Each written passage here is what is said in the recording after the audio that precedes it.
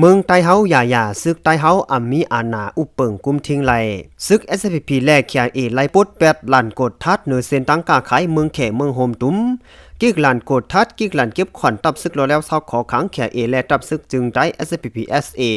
อันปักไว้ตีหิมจอมเส้นตั้งลงเมืองโฮมตุ้มนาเกกังหมู่เจลาเซียวตีปากไป5ลักและ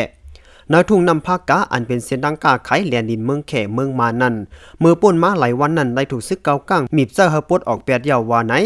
ซึกขัง KIA ในย้อนเปิดตับซึกอวยหลีดิโมคราติกคือเมืองมาน MNDA มีบอีแลไล่ปด8กิกล้านกดทัดกุนกาแลกิกล้านเก็บขอน2ตีอันมีดีทุ่งนำภาคกะจะเวียงกดไขจึงได้ปดห้องอันเข้ากุมกำไว้นั่นเสอำมีการกดทัดอำเก็บขอนตีกาต่างกุนสังยาวไหนกุนกากะนปืนตีก้อน1ลัดกว่าที่4ข่าวตาเอเลวตีนังไหน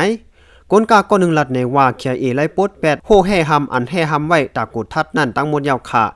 มีรถกาอันเดไลกึดเสกดทัดแทงยาวในแต่เลยว่ามันเป็นรองหลังไล่แต่ขาออกขาทางแต่เขาแลบเตญาลองอีกำพองอยู่ว่าไหนยาว10ลัดแทงว่าปิกซ้ำว่าซึกขัง KIA เขาปด8โหแห่กดทัดแลกิกล้านเขาอันปักไว้เหนือเส้นตั้งกันกาไขนั้นยาวเสตาตับซึกขัง KIA ยังตึกสืบปักเสาตีตับปังเสาเขาเจออันหิมหอมกิกล้านจะนั้นอยู่ว่าไหนตับซึกเกากัง MNDA เอาเอ็นแห้งซึกเสขึ้นหลอดตึกเพียวตับอ้วยลีตับซึกปดปล่อยเจอจัดตะอังที่นาเอนั่นออก8ตีเส้นตั้งกาไขแขมันนาแก่กดไขแลที่ปากไปหาลักเวงหมู่เจนั่นอำกาเมื่อในวันที่16เดือนมัดนั้นก็เอาแห้งซึกขี่กาเสและหาลือเพียวเด็กมีพาซึกขัง KIA ปดถอน8กิกล้านกดทัดแลกิกล้านเก็บขอนอะไรตีในเย้า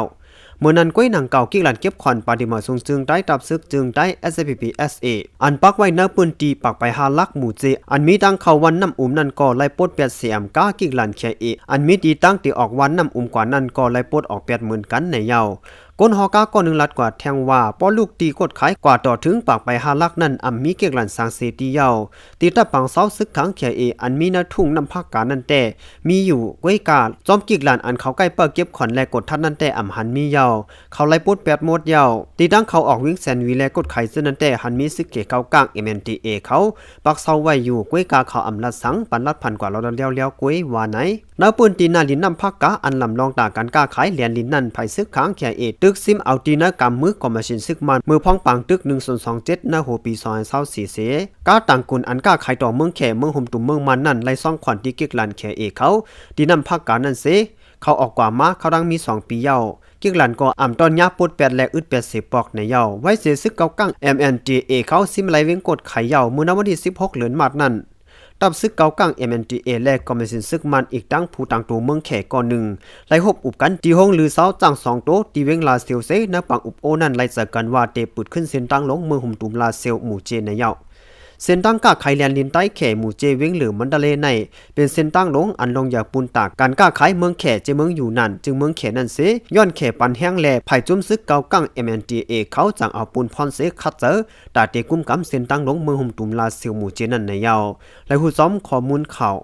เงาแรงหุ่นหมักออกแน่มีไว้หนังในค่ะอ้อกำไหนก็เฮาคำมาถ่อมด้วยข่าวเงาไผ่มันจ้อมกันกว่าค่ะลาโชมูเซปีทองสุลามาจิชิ KIA SSPP ရဲ့စစ်စေးရေးဂိတ်တွေဖယ်ရှားထားလာရှိုးမူဆဲပြည်ထောင်စုလမ်းမကြီးရှိခုတ်ခိုင်မြို့နယ်နန်ဖတ်ကကျေးရွာမှာရှိတဲ့ကချင်တပ်မတော် KIA ရဲ့စစ်စေးရေးဂိတ်အပါအဝင်နန်ဖတ်ကညမူဆဲ105မိုင်မှာရှိတဲ့ရှမ်းပြည်တိုးတက်ရေးပါတီ SSPP ရဲ့စစ်စေးရေးဂိတ်တွေဖယ်ရှားလိုက်ပြီလို့ကားသမားတွေစီကသိရပါတယ်။ကွတ်ခိုင်ကနေ105မိုင်အထိဘာဂိတ်မှမရှိတော့ဘူး။နန်ဖတ်ကတစခန်းမှာတော့ KIA တပ်ဖွဲ့တွေရှိတယ်။ဂိတ်တွေတော့အကုန်ဖယ်လိုက်ပြီ။တိန်နီအထက်ကွတ်ခိုင်မြို့အဝင်အထက်မှာ MNDA တွေထိုင်ထားတာရှိတယ်။ဘာမှမပြောဘူးအေးဖြတ်သွားလို့ရတယ်လို့လာရှိုးမှုဆယ်လမ်းပိုင်းပြဆွဲနေတဲ့ကားသမားတူကရွှေဖီမီကိုပြောပါတယ်တအာန်တမတော် TNLA ထင်းချုပ်ထားတဲ့ကိုခိုင်မျိုးကိုကိုကန်တပ် MNDA ကတိုက်ခိုက်ထင်းချုပ်ပြီးနောက်နံဖတ်ကကျေးရွာမှာရှိတဲ့ KIA ရဲ့ဂိတ်တွေကို MNDA ကဖယ်ရှားခိုင်းတယ်လို့သတင်းတွေထပ်ပေါ်ပြီးနောက်အခုလိုစစ်စေးရေးဂိတ်တွေဖယ်ရှားလာတာဖြစ်ပါတယ်လာရှိုးမှုဆယ်ပြည်ထောင်စုလမ်းမကြီးရှိ